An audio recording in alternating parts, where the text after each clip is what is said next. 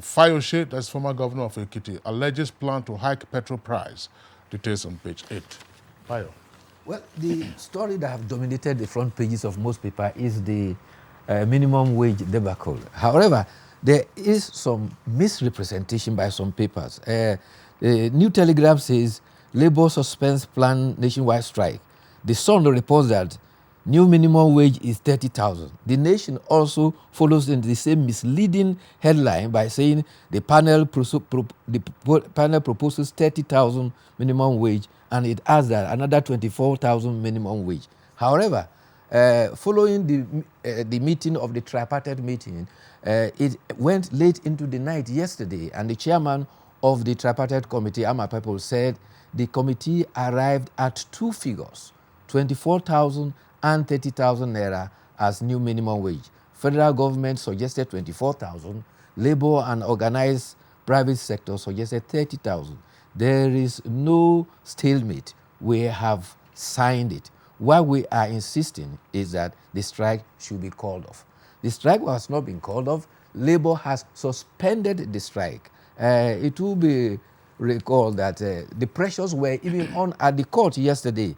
At the National Industrial Court, the court declined a request by Labour to compel government to adopt 30,000 as a new minimum wage. In another suit, the court also declined a fresh order by Kingdom Human Rights Foundation to restrain organized labor from commencing the strike today. The court argued that since the parties were already in negotiation, it was unnecessary to compel any party to agree to any outcome. On the request for the other request, the court declined that the earlier order it issued is still subsisting and that the parties may have to come to court if they failed to disagree. Meanwhile, President Muhammadu Buhari on Monday, while hosting the Association of Retired Career Ambassadors, urged workers to consider what government inherited and how it has been managing scarce resources to put the economy right.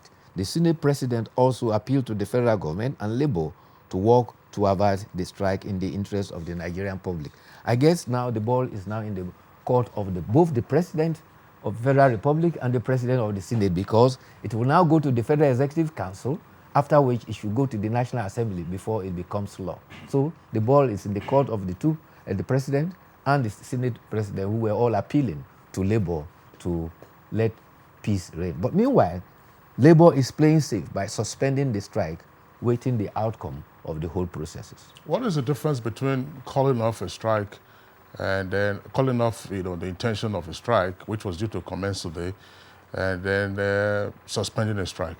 When you suspend a strike, yes, it means the strike is kept in abeyance, and if certain conditions that you are expecting do not meet, then you reawake the strike. It's not the first time they suspended the strike. Don't forget that when they came up with that strike earlier on, it was again, it was from a suspension, and it went again into action, and they threatened another action on November 6th. Yeah, but I'm sure you know that that's always been the language of ASU. They say they have suspended the strike, and each time you just dust up the papers and say, okay, we are resuming our strike. Yeah. There's no labor organization can be in a perpetual state of strike. Yes. It's like a war. It's if you declare an armistice, and armistice is not the end of the war. Technically, you are still at war. So what kind of business environment or economy can withstand, a perpetual state of industrial action? It's unhelpful. That's the way. If they call off the strike, they've called it off, and if there are no conditions that will warrant them going back on strike, then that's something to deal with. Yes, I'm sure you have other headlines. Yes, at the risk of repetition, but let's just tell you, let you know that the strike is the major issue in the papers, and Bayo has highlighted New Telegraph. But there is a rider to their labor suspend strike story, which gives cause for question. They say 11 unions vow to grant hospitals, power, schools, transport, if. Now, is that if, is it predicated on the submission of the report, or if the conditions that you're talking about? That's exactly what I'm talking about. Yeah, and Bayo has also outlined, the next steps, and those next steps are very crucial. The report is going to the president today, 4:15, we understand, or later in the afternoon, depending on what happens. And thereafter, the Federal Executive Council will consider it before a bill goes to the National Assembly. And President of the Senate himself, Saraki, has no control over how members of the National Assembly would behave when they are in receipt of the bill for a new national minimum wage. So it's still early days, unless everybody is saying that, look, once they have submitted their report, then like you have in a military regime, suddenly a decree is issued tomorrow by the federal military government, as it used to be in the past. But no minimum wage, of course, has come. In 1981, when we had that, it was Shagari who was in office. Nigerian pilot is our next port of call. Buhari cries out, that's the lead story for the paper, and it has 4 riders. Says Nigerian roads and rail in deplorable condition. Assures he has big plans to fix them. I'm saying Nigerian pilot.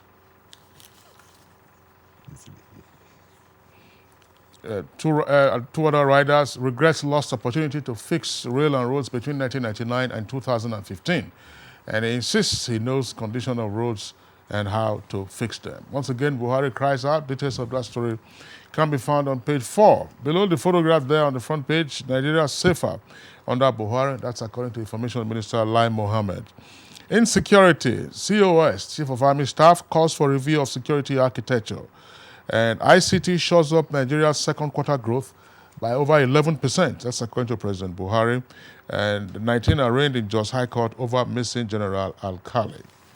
Yes, we'll take a New Telegraph, and one story we'll highlight on the front page is primaries, 100 aspirants. That's New Telegraph. Primaries, 100 aspirants sue Oshomole, INEC, and APC.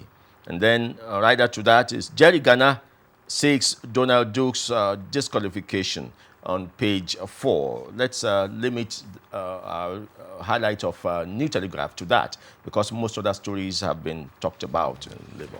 All right, Bayo, I want to discuss those stories, or you take the editorial now? I wanted, before I take the editorial, there's need to emphasize the position of 6 governors of the Southwest about the gridlock on Apapa. They are suggesting that there should be an alternative, and the immediate alternative we are thinking of is the railway link, to use the railway to evacuate containers to certain points so as to decongest the Apapa gridlock. They held a meeting in Osogbo, and that was part of their resolution, because they expressed concern that it is not only affecting the economy of the states in that part of the country, but it's affecting the economy of the whole nation. Meanwhile, the Nigerian Railway too has set about is Lagos-Kano Express that had to be put on abeyance because of the recent flood. Due to flood, states in like Oyo, Kwara, Niger, and Zamfara were affected because of the flood. About that, Bayo, yes. It's part of the mistakes we have made in our planning. Yes. Industries in the 60s and 70s, had rail lines passing through them. Yes. You know, the industries in the in Kakuri area in Kaduna. Yes, in the textiles. All of them have rail lines passing through them. The ones in Lagos too, the older industries, all have rail lines passing through them. Now people build industries, and there's no compulsion of having rail lines. Of course, since the national line of the rail has died, you can't compel an industry to. But that is supposed to be the standard. Ferry out your goods from the industry through rail, not necessarily road. Yes, the best ports around the world, like for instance in Dubai and others, 4 hours, anything you import, you get it cleared and out. And the total number of cargo there is not compared to what we have, but it depends upon how you use technology and also access, variety of access to evacuate goods from the port. Thank you very much. The issue of Apapa ports is something that we have discussed on Good Morning Nigeria on a number of occasions. There are ports that are virtually idle on the eastern flank of the country. Yes. Port Harcourt, Calabar, Warri, Koko, and others. So, what to do? These are issues that our guests have often talked about. Our editorial this morning is taken from the Nigerian Pilot, and it's at page 3. Is INEC ready for 2019 elections? Well, that's a poser posed by Pilot, and incidentally, the INEC chairman, while receiving a delegation of ECOWAS on pre-election monitoring, indicated that INEC is ready. And he gave the situation. He said yesterday, INEC chairman told ECOWAS pre-election fact-finding committee that as far as INEC is concerned, we are prepared. 2019 election is the most deliberately and well-planned election in our electoral history. The INEC chairman said, we have finished strategic planning. we have finished strategic program of action, we have finished election project plan, and we have issued timetable and schedule plan for February 2019 general election. He says there are 14 activities and they are following them routinely. However, the editorial is raising concerns. Why is it that the electoral amendment that was passed by the National Assembly has not been sent to the executive for assent? And he's also talking about concern about funding for INEC, which has also been passed, but he's not sure, the editorial is not sure whether it has been signed, assented, and therefore INEC is likely to be strapped by for cash. But talking about INEC, today INEC is commencing the display of register, and it says 300,000 names have been deleted from the register. This was using the, what do they call it? The computer system to identify fingerprints. And it is left for you and I to go to 120,000 polling booths around the nation to identify names that ought not to be on the voters register. So INEC says the ball is in your court. Make sure that the voters register is foolproof, and so that we can have a free, fair, and credible election. All right, Bayo, thank you very much. As you said, the editorial was on the question whether INEC is ready for the 2019 elections. I mean, there are a number of issues with the editorial in the first instance. The major plank is to say, look, funding is a challenge, and then the Electoral Act amendment bill has not been assented to by the president. The extant law, therefore, remains the Electoral Act 2010 as amended. That's what INEC is going by. The editorial asks the question, when will INEC print election materials? The INEC chairman has spoken extensively of this. He said that, look, INEC is rolling out with his plans, and that 3 months ahead from now, the elections, of course, will be conducted. The paper is calling for an emergency to be declared with regard to the 2019 elections. That will appear to be an exaggeration of the Yes, challenges. you know, we tend to say emergency every time we face a challenge. We have about 101 days to the election, and INEC says it is ready. Bayo, thank you very much for being Thank with you us too. today. We'll see you tomorrow. Okay, it's Good Morning Nigeria, still on the network service of the Nigerian Television Authority. We'll take a short break now. Hate speech is not a joke. It incites genocide and crimes against humanity. Most of Africa's civil wars are caused by hate speech from one tribe against another. We don't want it here. The Nigerian government stands firm against hate speech. Under no conditions whatsoever should we tolerate or excuse or justify hate speech or hateful conduct of any kind, especially where such is illegal. There's no doubt that the resurgent push for separatism, as well as the rising cases of ethnic and religious disharmony, are all traceable to the growing phenomenon of hate speech. One nation bound in freedom, peace and unity. Nigeria, one nation, one people. This is a public service announcement brought to you by NTA. Team huddle. But we lost. Don't be tired, guys. This isn't a loss. It's a practice for winning. Nothing makes a mother prouder than seeing her child growing up. But I know as he learns to lead, he'll face even more dirt, germs, and risk of illness. That's why in changing seasons, you need strong Dettol protection. Because Dettol protects from up to 100 illness-causing germs. Growing up needs Dettol protection. Fake news which is shared for malicious purposes is a danger to our peace and security in Nigeria. Misinformation as fake news is a serious threat to our hard-earned democracy and promotes hatred and misunderstanding between our communities. We are all responsible for stopping the spread of fake news in its tracks. So, always check the source and credibility of any news item. Say no to fake news. This message is brought to you by the Federal Ministry of Information.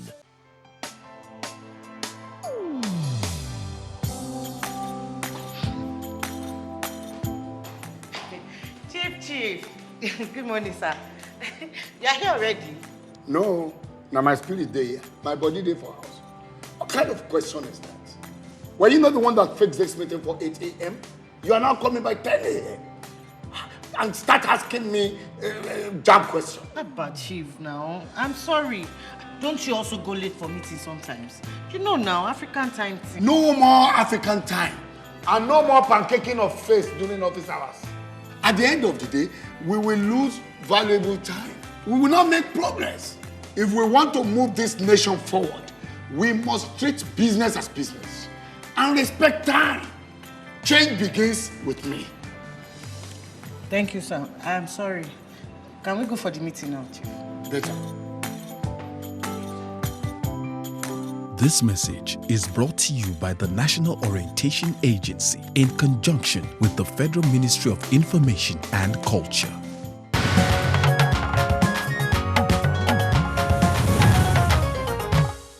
All right, just hours ago, organized labor called off the proposed nationwide industrial action following the agreement reached by and signed also by all members of the tripartite committee headed by a former head of the civil service of the Federation, Ms. Ama Pepo, on a new national minimum wage. Our correspondent Ahmed Ondas Ahmed put together this background as a prompt for our conversation this morning.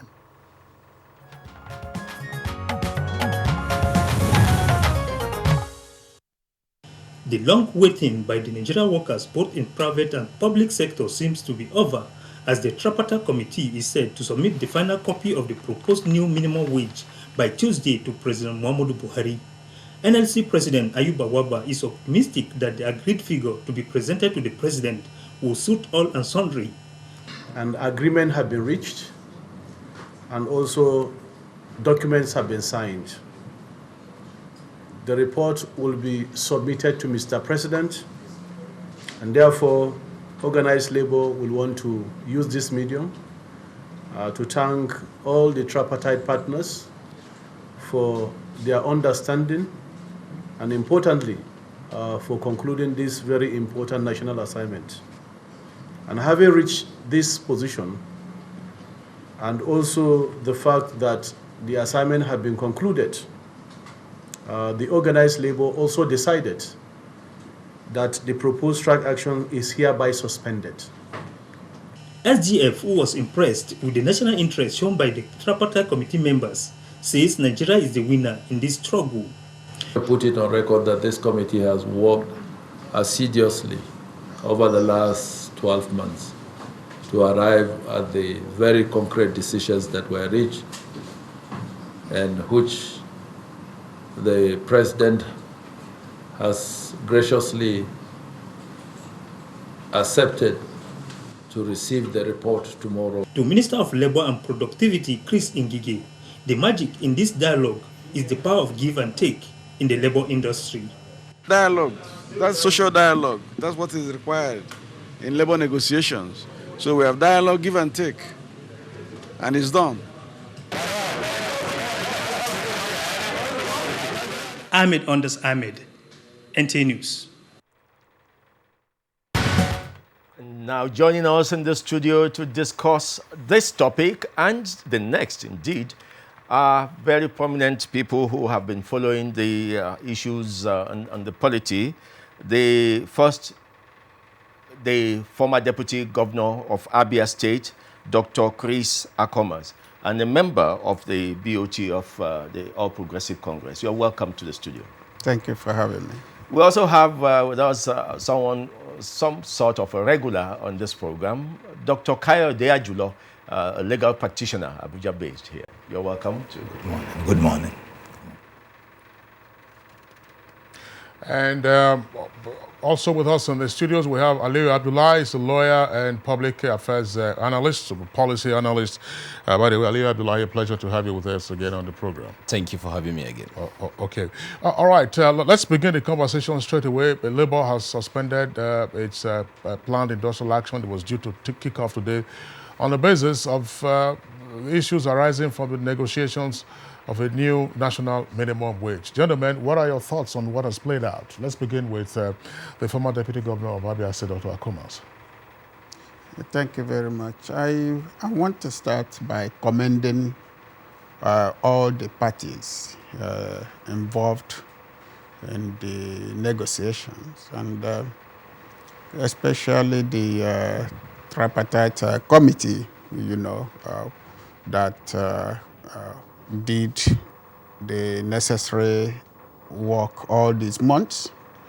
And I want to also commend especially the members of the Labour, family for coming to terms with the situation. It would have been a very devastating thing for Labour to go on strike at this time, and the way they mobilized, the way it was planned, would have actually taken us several months back, if not years. This is not a time that Nigerians, would find it enduring or acceptable to go through a shutdown of activities, because most Nigerians now live from what they make on a daily basis. So closing up things and activities would have been very bad. I also want to commend the federal government and those that are involved, the Minister of Labor, the President, and the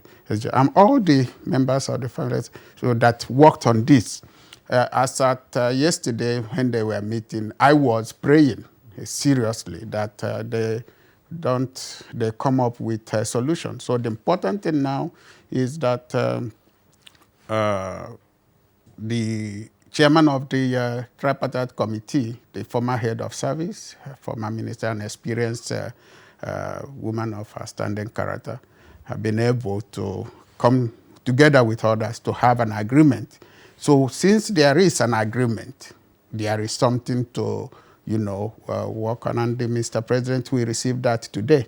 So we look forward to smooth implementation of that agreement, and this is where I urge that all parties should also look forward to ensuring that the implementation of the agreement would be reasonably smooth. We have to do it with some patience, because it's like transiting from one level to another, so that the implementation will not cause us another hiccup or problems before the general elections. We need peace, we need tranquility, and we need stability to go through what is coming in the next few weeks and months ahead of us. So I commend them all. Dr. Ajula, we looking forward to a smooth implementation, just as Dr. Akomos just said. But it's like there are people who don't even know who to blame for where we found ourselves. There are people who said, why should Labour sleep over its right over the years? There are people who said government too did not do anything when the Constitution already stipulated a 5-year review period. Learning from this process, how should review of minimum wage, how should we go about it in the next time? Well, I don't think this will be the right time for blame game, particularly when one is not even sure of what the final agreement is. As of now, nobody can really say this is what it is. But to that question, I don't think we need to blame anybody apart from blaming those who really need, whose interest is being violated, let me use that word, particularly when the law ought to be obeyed.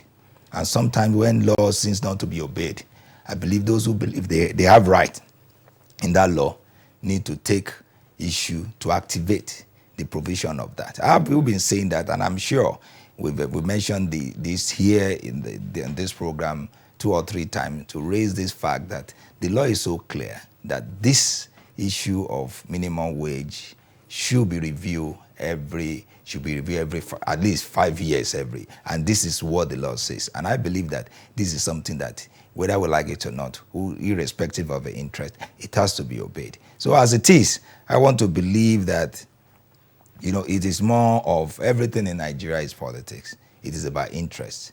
It is good for government, particularly at this time, to increase workers' salary because election is at hand. And it is good for Labour to wait at particular hours to demand for that, because they will believe that if you should do that maybe earlier, government may just choose to give us anything. But since election is at hand, government need to look good, and the incumbent need to come back. So we need to now discuss it now, so that at the end of the day, the applause everything will come together and we lead to translate to more goodwill and more vote for whosoever that have turned and make this one happen. But as it is, we need to congratulate ourselves, congratulate the labor, congratulate the government, at least for meeting the yearnings of Nigerian workers. And like I said earlier, one, it is not over until when one is so sure of what we are taking and what we are getting. All right, thank you very much. Ali Abdullahi, what are your thoughts on the suspension of the proposed strike? Well, my thoughts are just like every other Nigerian, I believe. The strike wouldn't have been a good omen for the country. All have been set back in terms of money lost, in terms of productivity. That wouldn't have been good for our economy, for our GDP. Don't forget that after we came out of recession, we are now growing at about 1.9%. So imagine what could the strike have done to the entire country's economy. You know, households' economy will have been shut down, productivity decline. You know, I can't even quantify the loss to the entire country's economy. So that is the suspension. It's really a very good thing to happen to the country, and I think that is besides politics. This has nothing to do with politics. This is our country. When it is good, we'll benefit. When it's going bad, we all actually suffer for it. So, of course, the labor should try to enforce what should be the right for their members, the working force of Nigeria. And I'm very happy that the government at various levels, actually that is federal government and state level, could come in and agree have a meeting point.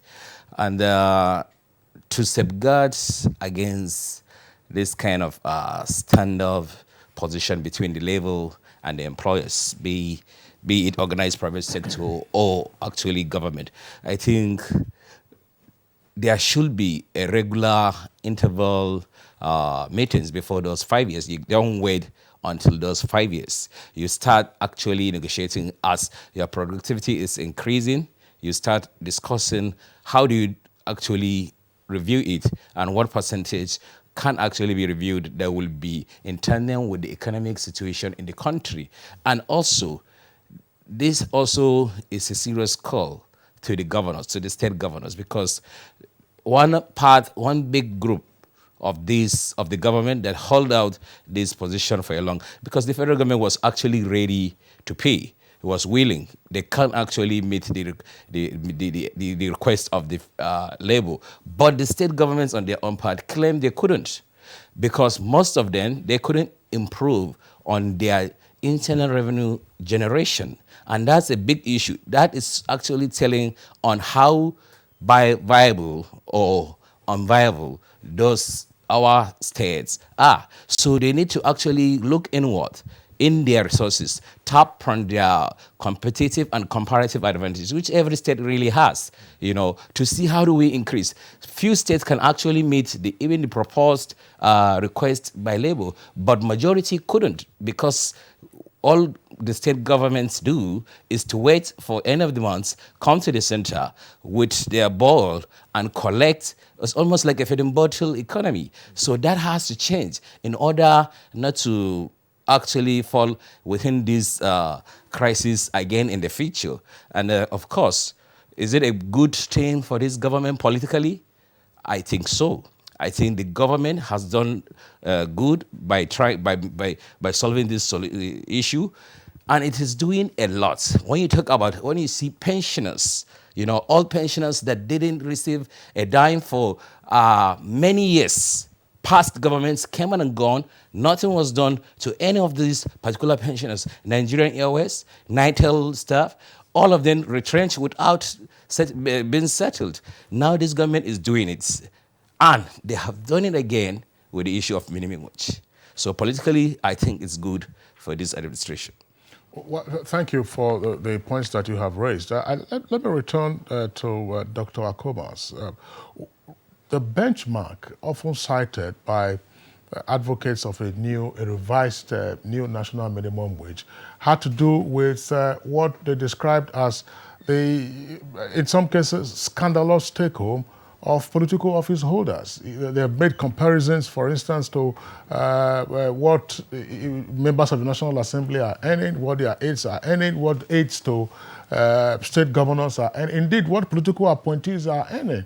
But let's, a comparison, of course, with some other very well-known parastatals whose wage structure is well outside of the civil service structure. What does this portend? I mean, is this an argument that is going to keep coming up and up and up? Does it therefore call for a review of the wage structure nationwide or service-wide?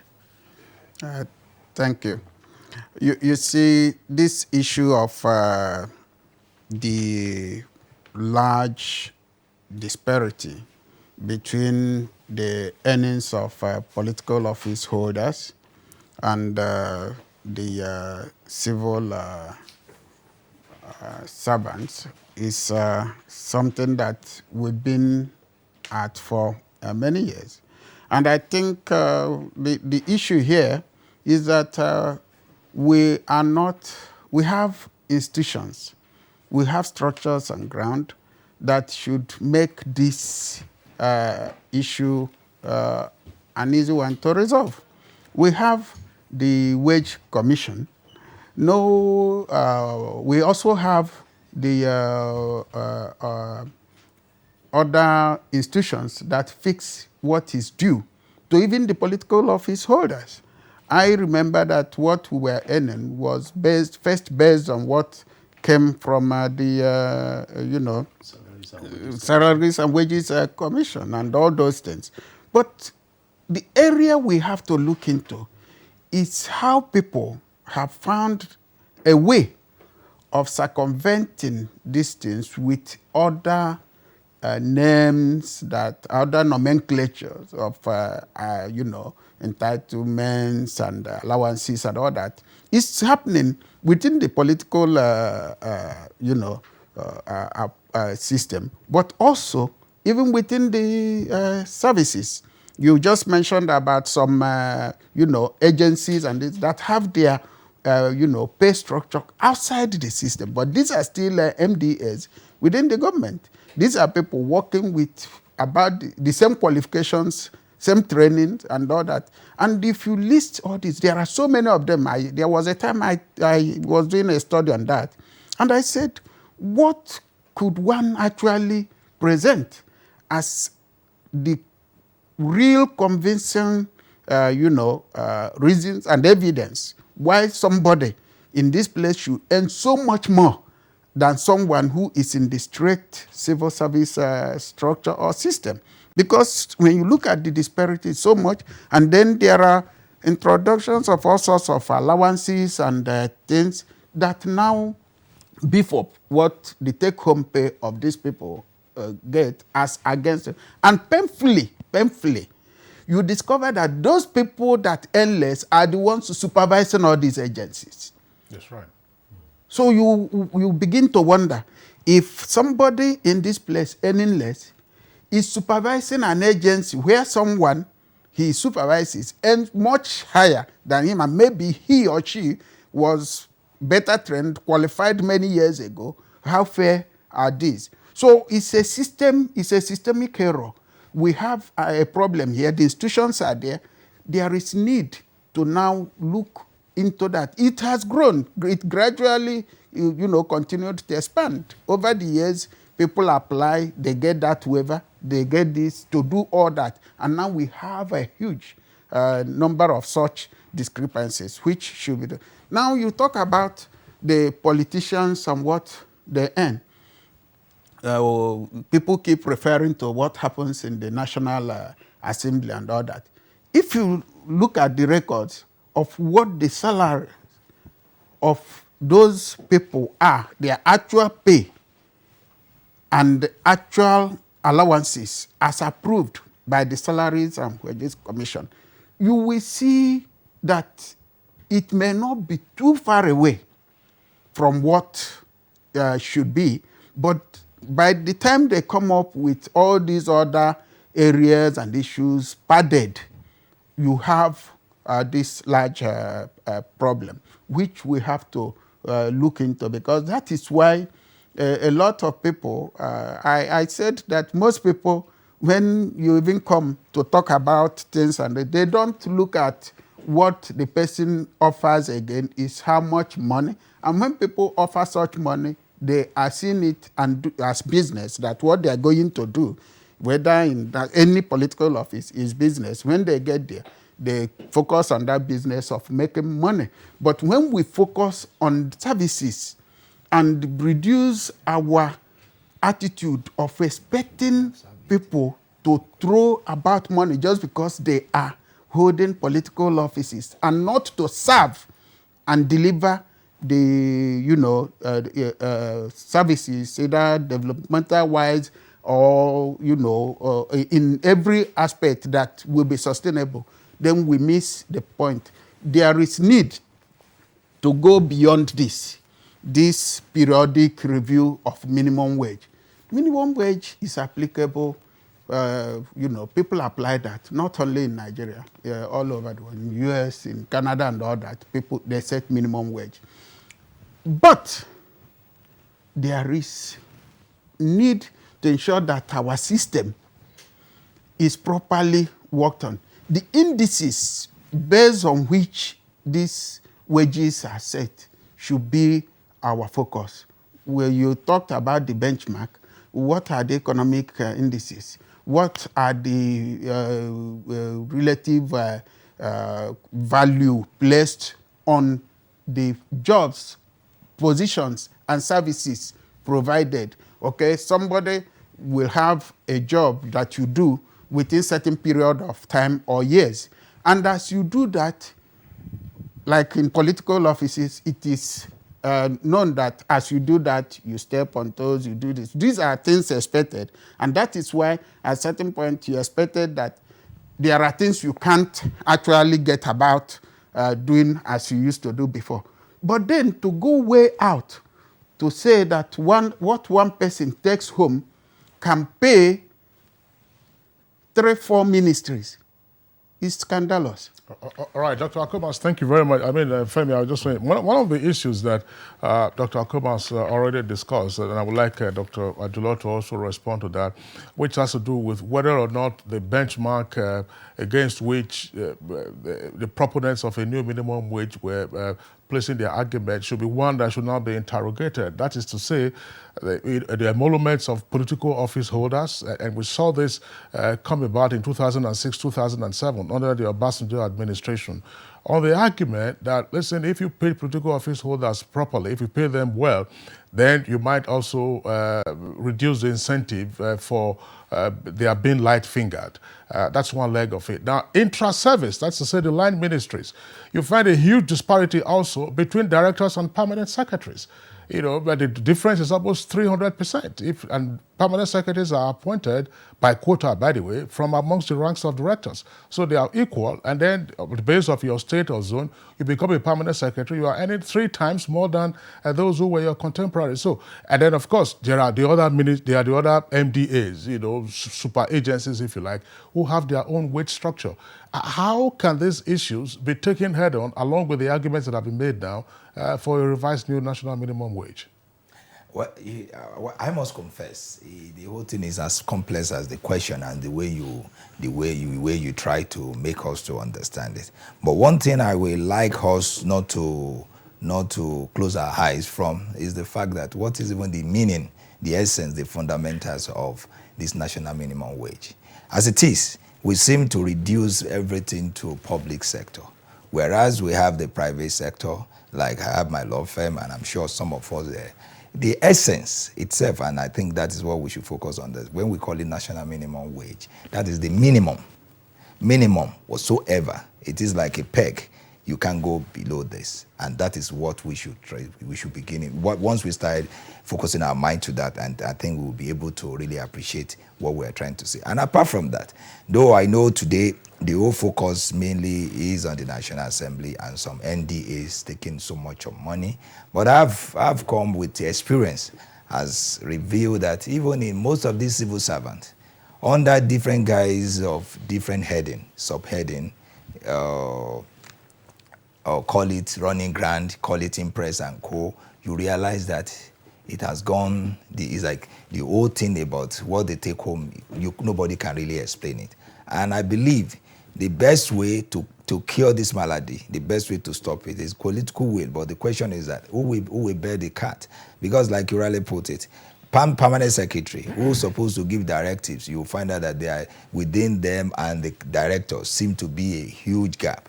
And just imagine the gap that will be within this director and other lower cadre and lower rank. And these things seem to be, and experience too has shown that not the number and the amount of money you are paid that made you to be light finger or not to be light finger. Because today you see somebody earning over almost $1 billion or over 50 million and over as a salary.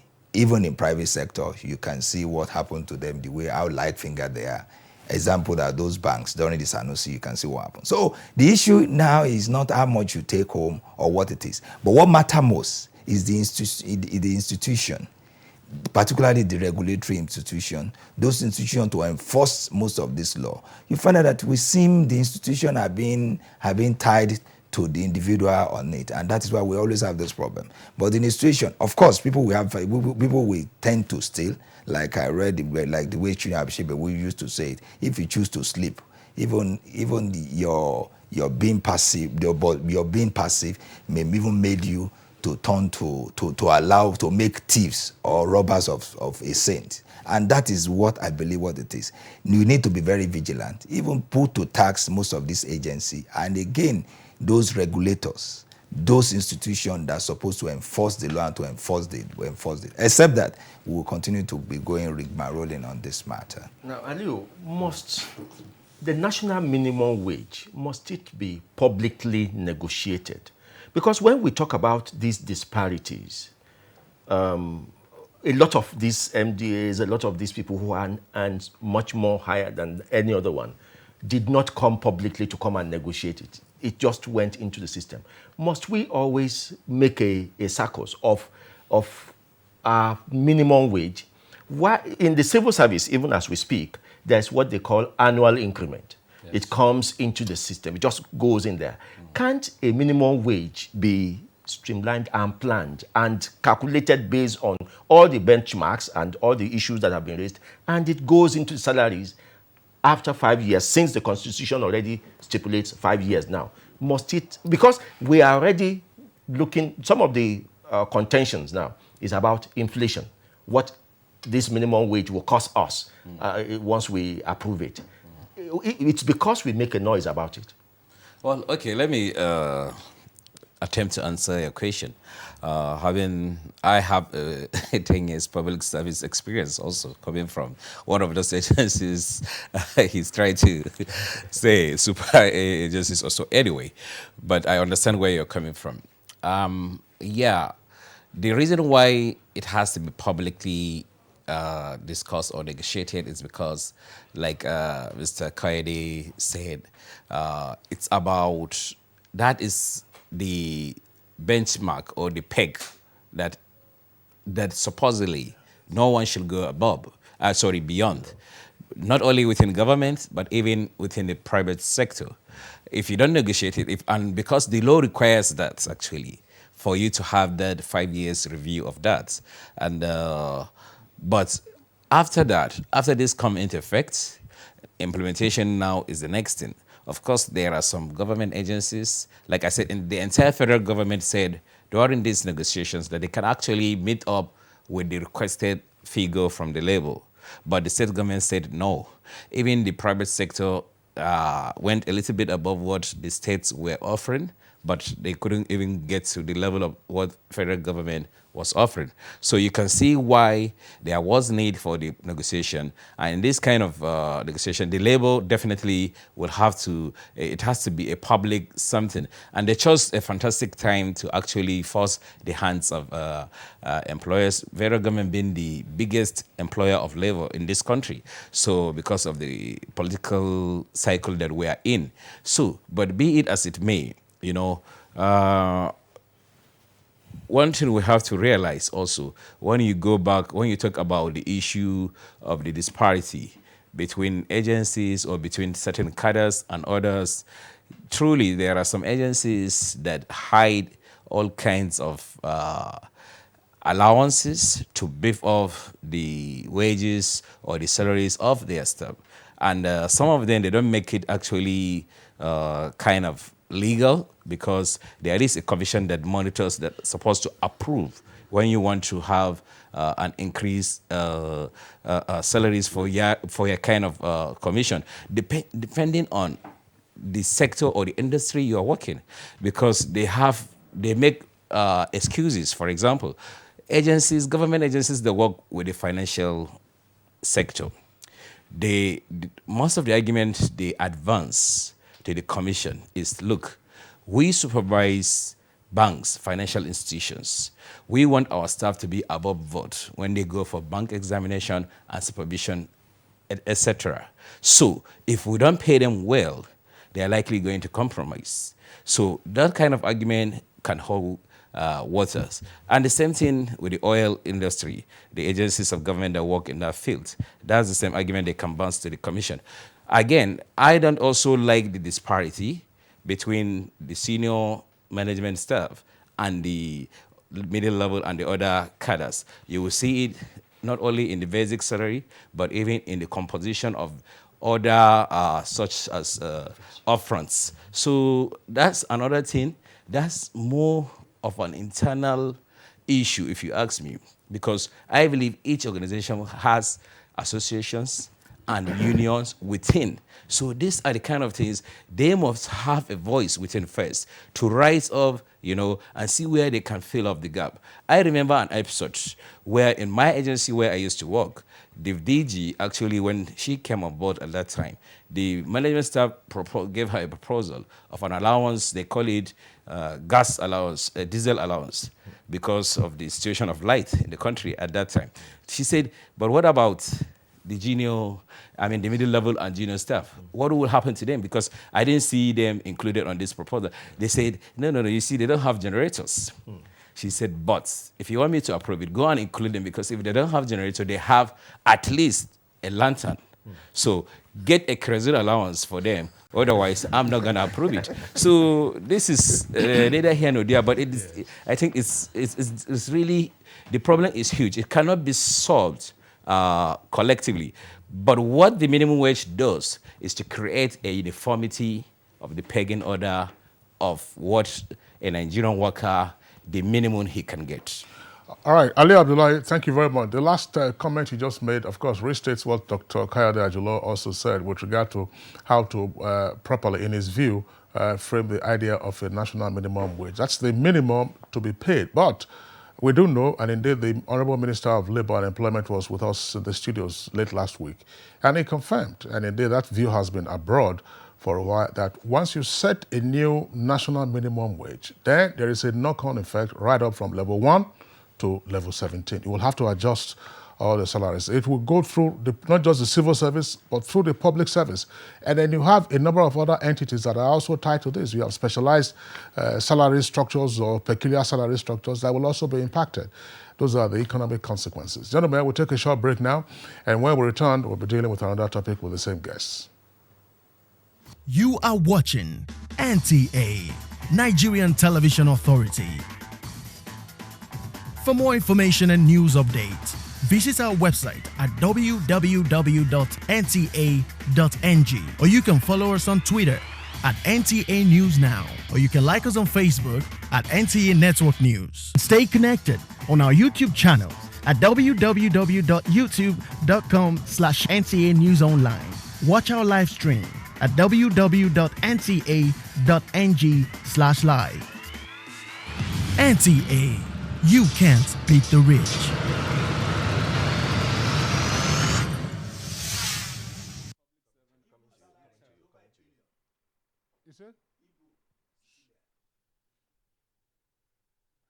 All right, you're welcome back. And it's still Good Morning Nigeria, reaching you live for the network service of the Nigerian Television Authority. We are done already with the call-off of the proposed industrial action or strike by organized labor with regard to the new national minimum wage, the report of which will be submitted to the president later this afternoon. We still have our three guests with us, and this time we're looking at 2019. Just about 3 months, of course, to the commencement of the general elections. Gentlemen, we are taking a look at this issue. What has come up with regard to the lead up to the elections? Of course, we have had the party primaries and the acrimony arising from the party primaries, as the acrimony is now trying to be sorted out through various reconciliation moves by the various apparatchiks of the political parties. And just about 2 weeks or less from now, formal flag off of campaigns would begin. What is it that we are likely to see in the lead up to the 2019 elections? Let's begin with the veteran politician, Dr. Akomas. Thank you, Kingsley. We are in a period that is not totally strange to all of us. In fact, when this issue of labor going on strike came up, I just tuned my mind back to 2014, 2015, before the elections. And we have seen a number of things replaying, and seems to be a kind of thing that people are beginning to. What I see coming up, I've been following comments and actions of various political parties and our main political gladiators, especially the presidential candidates and the political parties. What is coming is like people wanting to take us back to the hate speeches, individual character mudslinging and all that that we've seen happened in the past. But I have always urged and appealed to people that both the followers, both the contestants and the political parties should please save us the trouble of things that will not help us in our, in advancing our development. A good thing from what we have seen, INEC, seem and appear to have really done a lot of work to improve the system. It's not easy. And we expect and hope that things will turn out better. We have the timetables, we have the people now ready. The reconciliatory efforts are ongoing. There's no way reconciliation can be total and complete before the elections are conducted. But campaigns will start soon. And given how fragile our situation has been in the past years, especially security-wise and economic-wise, people should now focus on issue-based campaign. They should tell us what they are bringing to the table. What are you coming to do for us? There are issues, there are problems that we are facing. What solutions do you have to solve and resolve these issues? We just discussed about minimum wage and all that, and why are people clamoring? Is because the value of what we have is eroded by the policies, the actions that we take. The leadership that we seek is one that will take us positively from where we are now to a level more positive and more sustainable. So what I have seen is people trying to make it the issue of Kayode said that because he's a lawyer, Chris Akoma said that. That's not what we want. What we want is Kayode has offered himself to serve as a president or in whatever capacity. What are his strengths? What are his weaknesses? What are the things that he can do to solve our problems? If we can't, is, my friend better placed and all that? So let us not continue to dwell on all these blames and all that. Let us look at people that can really make something good and make something happen. And like I said at another forum, I said, we have 2 major political parties that are on this. That is not taking anything away from the other political parties. We have 91 political parties, and a number of them have their presidential candidates. I think INEC said they received about 80-something names, published as presidential candidates. So they are all Nigerians, strong in their own right and this thing, but we need some capable hands. What has this administration done within the 3 years plus that they've been on board? What are the things we can see? What are the things that the others want to do? President Muhammad Buhari will be running on the record of his performance, in addition to the integrity thing that all accept that he will be running on the records of his performances within these 3.5 years. And I've seen and heard people argue, you are completing projects started by previous administrations. Where are your own projects? Government is a continuum. And this happened to be part of our problems in this country. People come on board jettisoning whatever project the previous administrations started, whether good or bad, and not looking at this. So my focus and hope is that we will begin to look at people that will tell us truly and effectively what they can do. And good thing we have from both major political parties and even some of the other parties that we consider small, people that have been in government, people that have some experiences, and people that we can refer to their past and present records, and we can now, just oppose their capabilities and see if that is what can take us. So my urge and appeal is that everybody campaigning this time should think first Nigeria, the survival, our unity. They should do more of those things that keep us together. They should tell us more of what they can do that will enhance us. We are wealthy.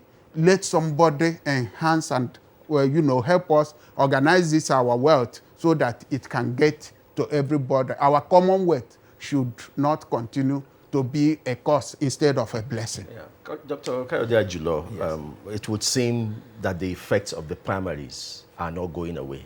Yes. In 2 weeks, campaigns will start, and campaigns are inter-party campaigns. But we still find the bitterness of primaries still hanging around.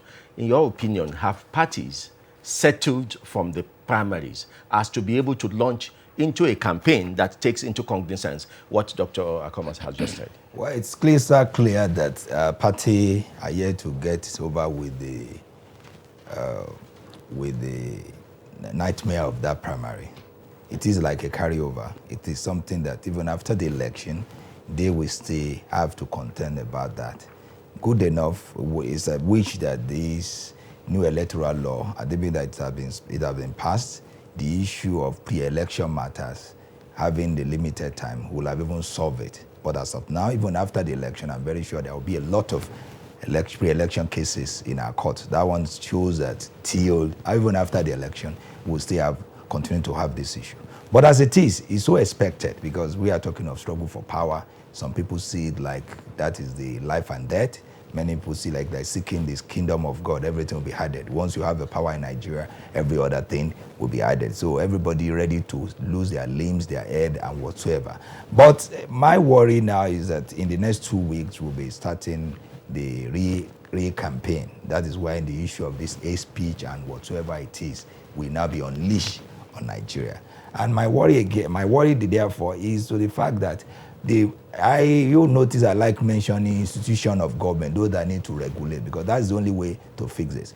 I have seen that in this country, even the saints sometimes always have problems when it comes to their interest. But if you can have an impartial institution, impartial arbitrator that can look at things and then regulate it, then we'll have some little reprieve.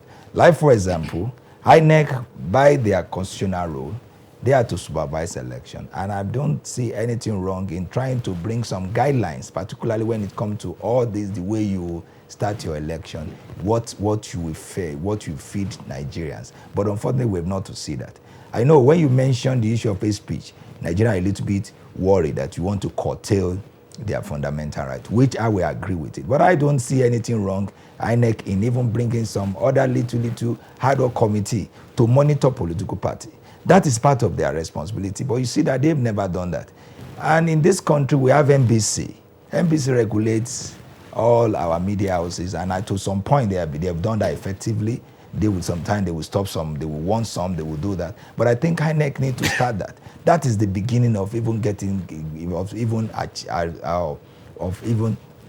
getting to having sanity in the politics. Because I noticed today, one of the fear today is what we are feeding the populace. Not only hatred. If it's only hatred, even it's more like a terror. It is more like saying some things which you know there's no way one can believe it. And everybody's getting away with it. I do discuss it every time you hear that. We've been having elections since 1999. I'm here to see someone that will tell me that has been convicted, even arraigned, particularly when it comes to this issue of all these offenses. It is like during election in Nigeria, it's like everybody seems to have immunity so far that you are committing it under the election or political crime, whereas it is not. Murder is murder. Killing is killing. Arson is arson. Battering, robbery is robbery. You can't go to my house to snatch something and say because they're election they are thugs. They are not thugs. They are robbers, and I think that is the way they should be treated. But all right, Dr. Ajula, thank you very much. We're getting pressed for time on this particular topic. But just for you to reaffirm what you said, if we heard you clearly, you're calling for INEC to deploy independent consultants or whoever to monitor the behavior of candidates and their parties in the lead up to the election as part of ensuring that they comply with the appropriate rules and regulations. Is that what you said? Certainly. Even this is part of their constitutional rule. All right. Yes, I'm in Lagos. Lagos, you see the real street of Lagos with some political party already starting campaign. Poster left and right.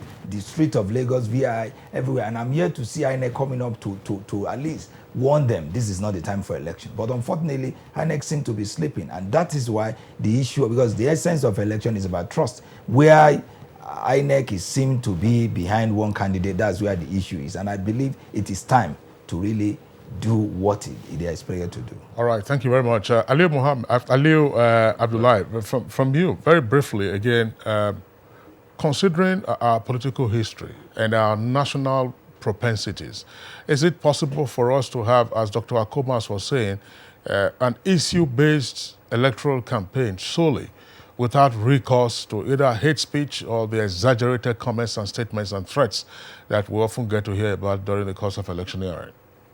Well, I think it will be difficult, but it's possible to actually have an issue-based campaign. So far, most of the top two candidates for the presidential, for example, presidential election has kind of put it out there in the media space that that's the direction they want to take. Whether their teaming supporters down the line will actually toe that line, that's another different thing. But at least for the campaign councils, I think they will do that, because do you know why? 2015 is still fresh in the mind of people. There was a particular party that decided to go the way of hate campaign, and we all knew what happened to that party at the end of the day in that general election in 2015. It doesn't pay to go on hate speech campaign or to go on personality instead of the issues. So that must have been a great lesson for these two big political parties. And again, achievements like His Excellency said, the achievements are there for both parties, to actually show. The record of 16 years of the leading opposition party is there to speak for Nigerians. If we had it good, Nigerians can be the judge. The 3.5 years of this administration is also there. social welfare in the social investment programs of this government is there like has never seen before. You know, schemes that lift people from the bottom to the top is there. Ali Abdullah, before we age into the time of the next topic, unfortunately today is a crowded day for us. We have 3 topics. But he gave you a little time. Well, sorry, that's unfortunate. We are pressed for time now. We're also discussing the midterm elections in the U.S. Unfortunately, we'd like to thank you. Of course, you're always welcome on Good Morning Nigeria, to express your views. And going forward, in the next 3 months, there will be a lot to talk about with regard to the election. Lawyer, policy analyst, Ali Abdullah, thanks a lot for being with us this morning. Thank you for having me. Dr. Kayode Ajulo, our legal practitioner, thanks a lot for being around. And our appreciation also to Dr. Chris Akomas, former Deputy Governor of Abia State. Thank you for being with us on Good Morning Nigeria today. Thank you very much. All right, so we'll take a short break now. When we return, we'll be looking at the midterm elections in the U.S. President Donald Trump is campaigning as though he were seeking re-election right now. Okay. What happened? It's just a little scratch, Mom. How can I play with bigger boys if I'm afraid of little scratches, right? What comforts a mother most is to see her child growing up. Done, I'll go. Of course. But I know that as he learns to be brave, he'll face even more germs and the risk of infection. That's why you need Dettol protection, because Dettol protects from up to 100 illness-causing germs. Growing up needs Dettol protection. These days, people get their news and information from more media sources than ever before. Some of the news and information given are fake, unverified, doctored, and manufactured to create confusion, stir disaffection, and cause disunity. Before you believe or share any news, ask yourself, is this real? Is it from a credible source? Is it verified or verifiable? Fake news is dangerous. Whether you do it for fun or for political gains, real people can get hurt. Fake news, don't create it, don't spread it. This is a public service announcement from NTA. Nigerians. Suicide bombers are not spirits. They are not ghosts. They are human beings like you and me. They live amongst us. They are your neighbors. They are your friends today, but terrorists tomorrow. So you must know your neighbor now. Security begins with you and me. Know your neighbor. Be vigilant. Be security conscious. Report suspicious persons, objects, and movements to the police and other security agencies. The security of our nation is a duty for you and me. If you see something, say something. Nigeria unite against terrorism. This message is brought to you by the Federal Ministry of Information and Culture.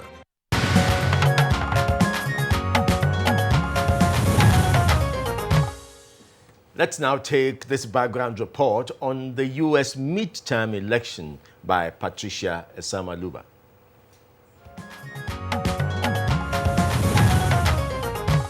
U.S. voters head to the polls today, November 6th, to take part in an election seen as a referendum on Donald Trump's first 2 years in office, which will help define the remaining 2 years term in office. Reports have it that all 435 seats in the House of Representatives are up for grabs, as well as 35 seats in the Senate and 39 governorships. The Senate and House of Representatives are currently having the Republican Party as the majority, but failure to hold on to either could result in political deadlock for the U.S. leader's most determined policies. According to the latest opinion polls, the Democrats have a good shot at taking the lower house of Congress, but the Republicans are predicted to maintain control of the Senate. Data analysis of early voting as reported puts the number of people voting before polling day in 2018 midterms at more than 12 million people higher than 2014.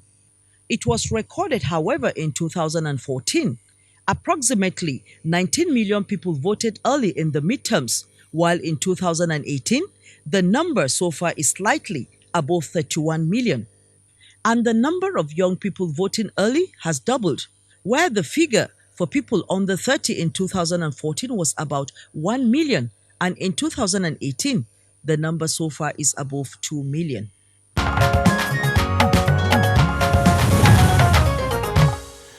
All right, Patricia Esamiluba, thank you very much there for that background. Right here with us in the studios, we have Ambassador Habib Habu. He is the former Consul General of Nigeria in New York. Ambassador Habu, pleasure to have you on Good Morning Thank Nigeria. you very much. You're Good welcome. morning. All right, what is so significant about the midterm elections 2018? I think the most significant issue is what will happen to President Trump. If his party maintains its control of the two houses, then he will come out strong, and he will now continue with the programs that he's pursuing, both internally and externally.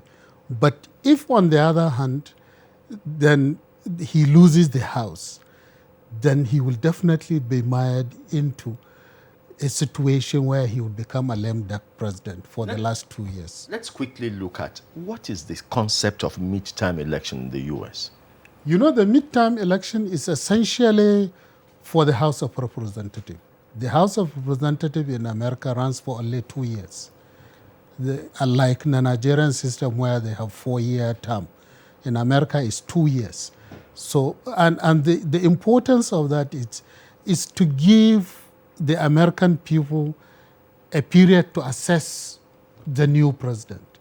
And if you look at it, when Obama became president, they had the greatest loss, the Democrats, of any other president. They lost about 65 members of the House of Representatives. And it's according to what people are saying, there is a possibility also this time around that the number of seats that the Republicans will lose in the House will definitely increase. So if it is majorly for the House of Representatives, what brings in the seats for the Senate and the 39 governors that have been either re-elected or something? You know, like we've been having staggered election like Ekiti and others.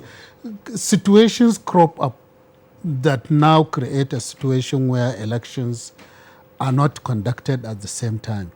But unlike us, what the Americans did, they had been able to bring everything together so that the elections are held every 2 years. They don't just hold elections at any other time. All right, of course, the presidential election is still ahead. In 2 years from now, that will be 2020. And some seats in the Senate are also being contested today. Yeah. Now, what are the issues framing the midterm elections? Healthcare, the economy, and immigration. These are the three basic issues. All right, explain. The healthcare, you know the health system in America, it's actually held by the insurance companies. And when Obama came, he came with one idea, the healthcare bill. That healthcare bill opened up the medical facilities to people who hitherto had no access to medical facility. And what they used to do, they just manage their life without seeing a doctor. If possible, they just go to local doctor, but they will have no insurance to cover themselves for bigger sicknesses. And because of that, you find that the lower classes, the African Americans, the Latinos, most of them, you find that about 40 to 50% of them don't have medical insurance because the system is geared towards excluding them. And what Obama did, he created a policy where all these people will have access to medical insurance, and at the same time, the insurance will cover all their previous sicknesses. Because now if you go to America and settle, and you take medical insurance, they will tell you, you have sicknesses that are not covered. Diabetes, blood pressure, cancer. They will tell you, okay, if we are to cover them, then you have to pay more. Premium. So that was what Obama tried to do. But it's essentially a Republican thing. It's a white thing. They make a lot of money from this insurance. And having those African Americans and the Latinos who don't contribute much, it brought in a burden to the insurance company. And that was one of the reasons why Trump decided to reverse that, because they want to get back to what they have been gaining before. And immigration, we are all aware of what is going on. Now the people from Colombia marching to the U.S. and Africans and other nationals trying to get to the U.S. And the most interesting was he said he will reverse by presidential order that when a woman delivers, she does not automatically get citizenship. But that's a constitutional thing. And I don't think that will fly. Okay. Yes. Yeah, but thanks a lot for the two issues that you've touched on. We have seen quite some, at least some of the clips on some of the international broadcast media organizations. There be clear evidence of hate speech and if not outright racism with regard to the immigration issue. How deep-seated are these issues in terms of the huge American divide that we always find with regard to race? You see, Trump came about because he talks what the white Americans cannot talk about. They are all very happy with what he is doing, except a few, but he talks their mind. And because of that, they have no problem with listening to him, even though they will tell you, no, he's dividing the country, but they are very happy with it. And you say they are in their last throes because the American population is favoring the Latinos, and the Latinos first, and then the African Americans. They are now about 46-47% of the population. And with the number of children they give birth to, in the next 10 years, maybe 15, you find that the white America is going to be the minority. So this is their last gasp, if I could even put it that way, because there is no way that they will continue controlling the government, because politics is a game of number. If not, Obama would not have been elected as president. In the last few weeks, the issue of sanctions against Iran came up. Yeah. Is that likely to have any role in this election? No, not much, but he deliberately imposed it today for him to show leadership. Yes. And I think that's essentially the reason why he chose today. He wants to show his people that, internationally also, I am a capable leader that trust me. You mentioned the economy as one of the issues framing the midterm elections. Yes. And the numbers are highly favorable, as it were, to Trump and Trumpism. You can see unemployment numbers are down, for the first time in nearly 50 years. The economy is growing, and then Americans generally feel better. But again, when you drill down to analyze those obvious numbers, there are persons who are saying, wait a minute, there are issues here with regard to sustainability. Yes. How, going forward, how will a consideration of all of these issues impact on the voter who goes right there into the polling booth? You see, that's why the American government could not actually condemn Saudi Arabia for what happened at the consulate in Turkey. The 150 billion naira arms purchase is too big to allow America to condemn to condemn Saudi Arabia. The thing is, that figure of 130 billion gave the American economy the impetus to keep growing, because it gives back jobs. Because of that money, nothing is going to Saudi Arabia except the equipment. So everything will be done in in the United States. So it's to the advantage of the U.S. No. Well, as he also said, I mean, Trump, and he said this at the beginning, he said America first. And we have seen him tear down NAFTA. Yeah. It's now, of course, having a trade war with China. It's all over the place, throwing the weight, American weight. Change. That's right, you know, all around. But persons will also argue, as indeed they have, that when you take a look at the trajectory of the Trump presidency, there's been quite some chaos. And so how would the voter relate to the chaos? A number of resignations, you know, from his team, and the fact that his presidency has sometimes been characterized as being very unusual. Yes. American voters, depending on how you categorize them, willing to continue with this, or they are willing to, as it were, throw his administration under the bus, you know, by making him lose the Senate and the House. You see, I think by nature, from my reading of Trump, he had always been a bully, and he lives the chaotic life. He has been in business all his life, and it worked well for him. He made a lot of money, he lost a lot of money, but for the American government, you know, the government of America is a system-based government, and that is why you find Republican, Democrat coming. For us in Africa, it doesn't do much because it's the system. There is a system. You come in today, they can pick the most unintelligent person and give him the presidency of America, and America will work. Unlike, say, our system in Africa and other, where you have to show leadership, you have to run the government. In their own system, it's not like that. There is a system, and that system controls everything. Yeah, but what would all of this mean? I mean, when you find, and the American presidency is a very powerful institution, you know, amongst the various institutions of government in that country. But is there any sense in which Trump's own, or Trumpism itself, is a likely factor in the voting today? Absolutely. It's the main thing, actually.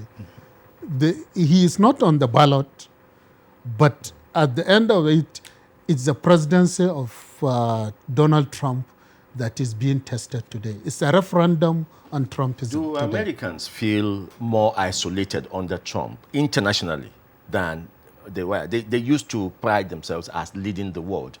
Donald Trump says, no, America first. He looks more inside. Do Americans miss that? Do they even know that there is that? In America, you find the most educated person, a multimillionaire or a professor, who only knows the stories of Wuse that he lives in, or the stories that involve Abuja, or if they're important, Nigeria, but they have no information of the international world, because their system is such that they insulate the country from what they are doing outside. Because if the American people actually get to know what the U.S. is doing outside, they do a lot of good, but then they also do a lot of bad things.